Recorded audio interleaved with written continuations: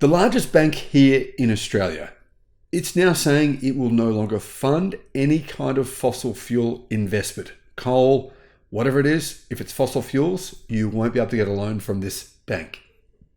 Fortunately, this is not the only bank that is doing this. It's joining a number of large global banks worldwide in, discouraging any kind of investment in fossil fuel research or mining or anything of that nature.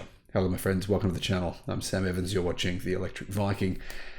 This is a really positive news story for us, and I'm so stoked this is. Now, we don't need anywhere near the fossil fuel investment we have today. I know a lot of people think otherwise. I think we do need oil. Yes, we do need some oil, but nowhere near what we're using today.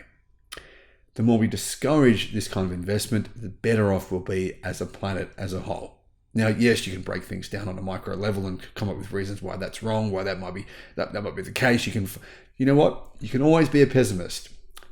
What the pessimist does is he runs in the room and he says, you know what, guys? I've got 5 good reasons why it won't work. He's so dumb. He doesn't realize all you need is one.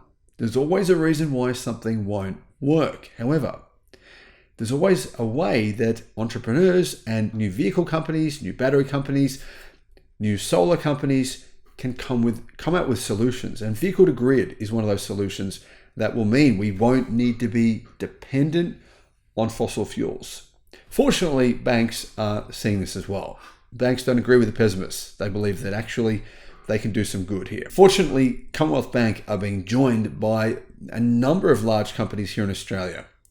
Several superannuation companies said they will no longer support investing in companies that derive 10% or more of their income from thermal coal production. So in a sense, these big hedge funds here in Australia, you can call them that, they are no longer going to invest in fossil fuel companies. They're no longer going to invest in companies who are invested in coal.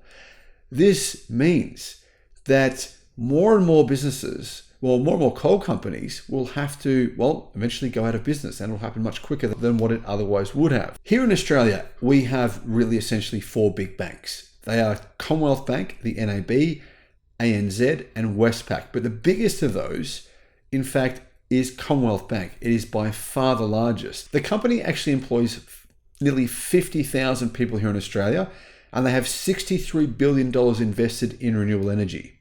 They say that they're committed to supporting Australia's transition to a net zero economy by 2050 by continuing to manage the risks and opportunities of climate change and supporting our customers in an inclusive transition.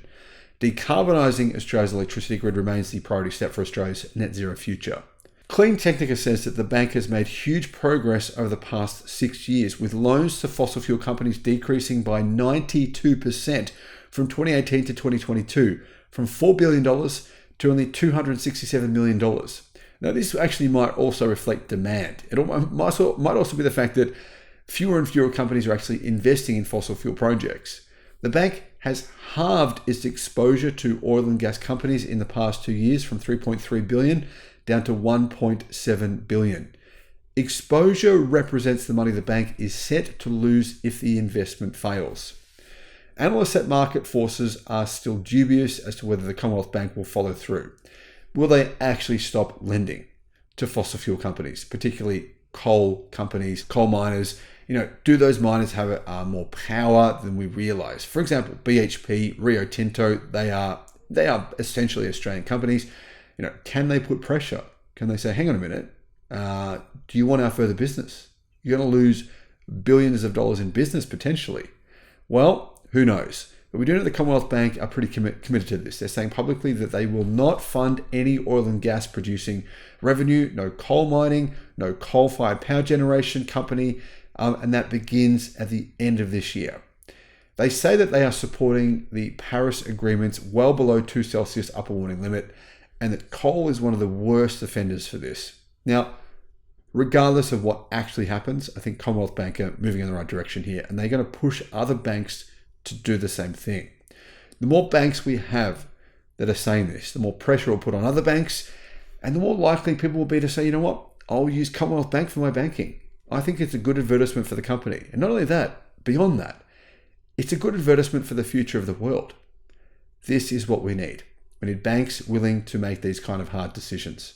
So guys, I am very thankful for Commonwealth Bank and basically their decision to do this. It's not easy to do this. It's not easy to be a company that says no to business. It's like, imagine if someone came to me and said, mate, I'll give you, I'll invest in your channel. I'll invest in your channel, help you grow your business for nothing, or, for a very small amount of money. It'd be very hard for me to say no. That's kind of what Commonwealth Bank are almost doing in a way. What do you guys think about this? Let me know what your thoughts are in the comments. Thank you for watching. Bye-bye.